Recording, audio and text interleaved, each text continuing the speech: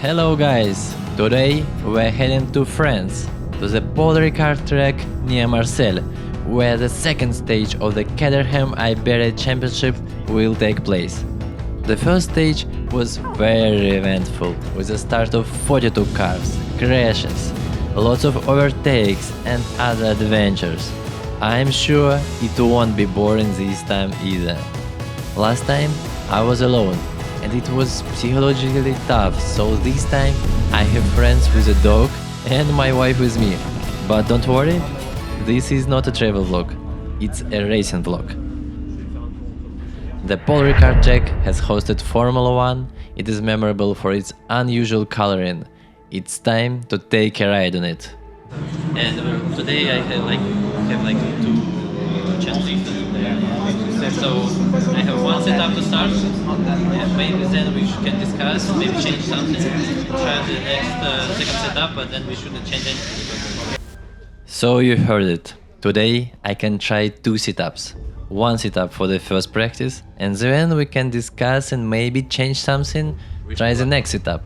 But we shouldn't change anything after the practice. I have driven on this track before, but it was only half of this track layout, so I know only part of it.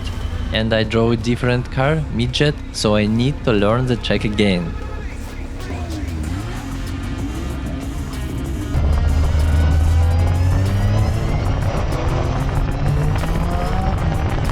First practice starts with a bit of rain. You can see how the car handles on the track. Lots of counter steering, quite slippery. Slipstream is incredibly important on this track. Now you will see how easily I overtake in the slipstream. Even while at the same time another driver overtakes me. A satisfying overtake, and there are 3 such slipstream spots on the track. Then it starts to drizzle and drift. I managed to catch the car. Well done! This is the fastest lap of all practice and qualifying. First turn, sharp braking. Chicane. I prepare for the exit to the right. Over the hill. It's dangerous to go on throttle here, otherwise you get swept away. Next is a short straight that doesn't look like a straight. Braking. Entering with a slight slide into the third right. Another braking, second gear, hook into the curb. We need to stay inside, set up the car correctly and turn right. Here's a crest, kind of a hill. I practice this part of the track in the sim, but there everything is flat. Very surprising when you drive in live.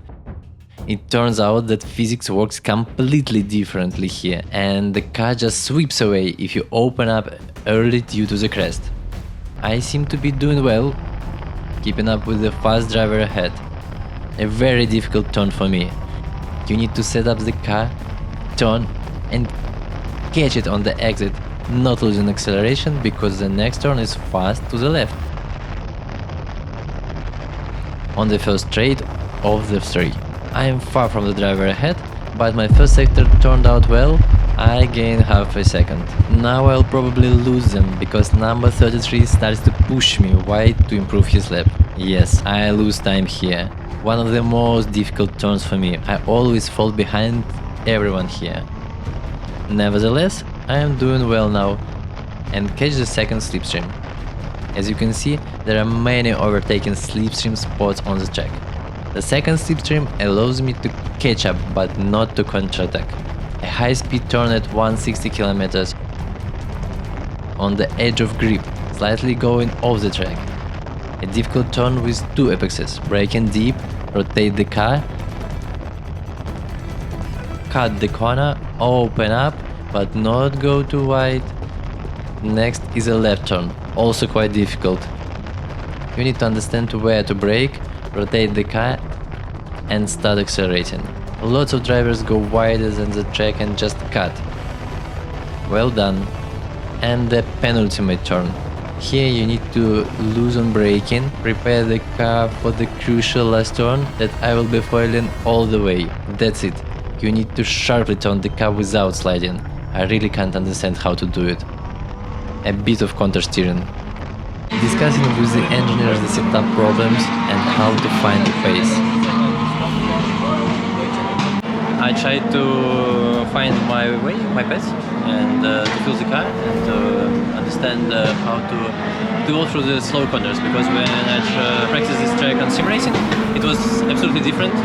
The surface, the hills is different, and you have to feel it yourself and try it.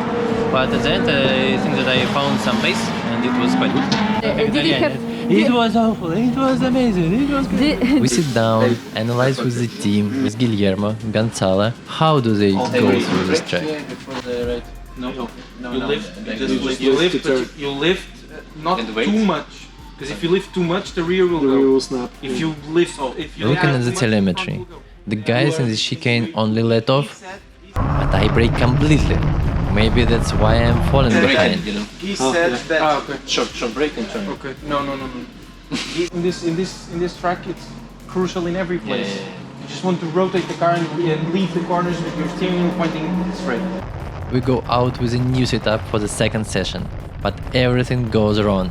I overbrake, fly off, return. Try to catch up, but there is no pace, and then something starts knocking. I pass the turn to pits and the car just starts bouncing. Clearly breakdown. I drive very slowly to the pit, go in and give the car to the engineers.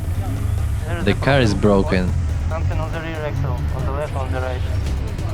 The setup doesn't work, we will return to the old one. Unfortunately, I managed to break the differential of the car. I felt that it just started jumping and not going well, so I had to finish the practice. And the new setup, we tried the new setup that less oversteer or understeer, and I went slower.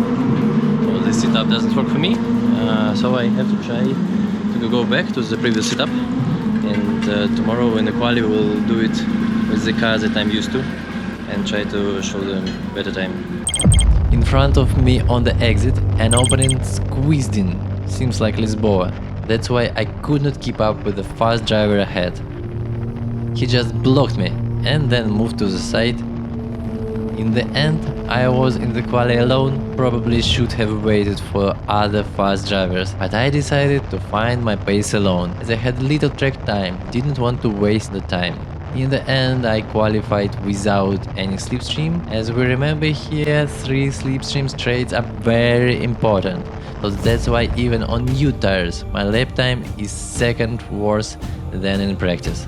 I lost 4 seconds to the leader, which is unbelievable, so the qualification is totally failed. It happened that I was running alone, and everyone was in slipstream, so they pulled away from me. The fun is that some guys are doing like, the one guy is doing 22 seconds. That's math. I don't know how it's even possible. Yeah, slipstream is crucial on this track. I just didn't manage to get the lap together with the drive. And the start. In front of me Guillermo, my fast teammate. A good start. This time no one pulled away from me and no one showed me at the start. I'm pushing Guillermo. I had Alex Herrera with orange wings, the championship leader. Lost 1 position after the first 2 turns, but that's not a big deal. The goal is to stay in the fight with everyone. Thomas on black and gold 1 flies in. I don't give him a chance to pass me here.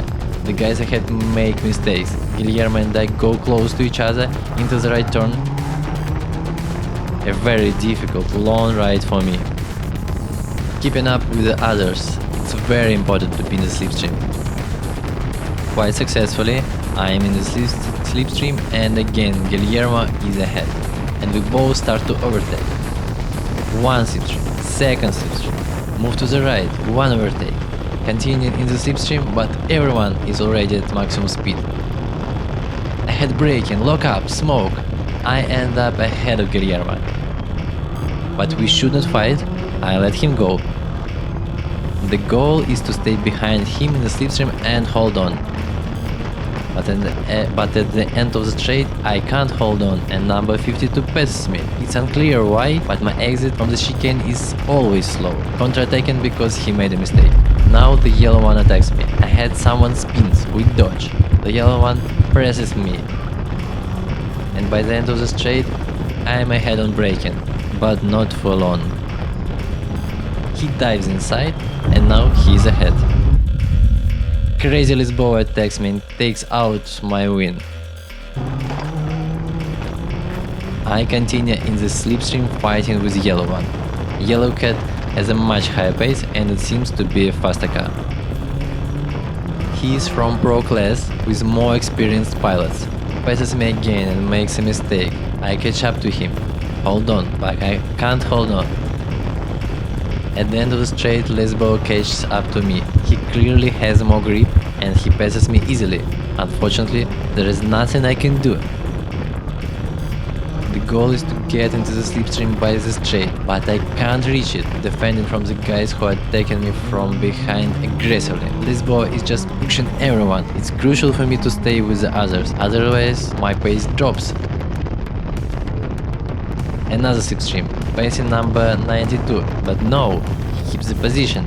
I try to go around the outside, but I am swept away, and I have to give up the position. Number 52 puts a pressure on me all the way.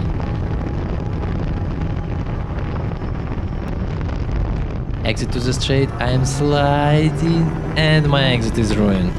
In the slipstream, number 52 passes me again easily. Lots of fight, but the car does not turn. I can't hold on, can't get a good exit to the straight. The guy ahead loses his muffler, so he has to retire. That's the end of the race. I'm very dissatisfied because the tires were overheated, I couldn't get off the chicane fast enough, couldn't get to the straight finish line, and there was just no pace. The race was terrible. So the race was awful. At first it was okay. First 3 laps were quite good, but then the tires gone and I had no grip. Just no grip, no pace. So the guys ahead were fighting with each other, but I couldn't catch with them anyway. Words are hard for me. The goal is to try to change my driving style and understand better how to set up the car and drive without overheating the tires. So that's it for now. I am heading to the hotel. I need time to think about it. In the next episode I will try to come back stronger. Thanks for watching and see you. Bye bye.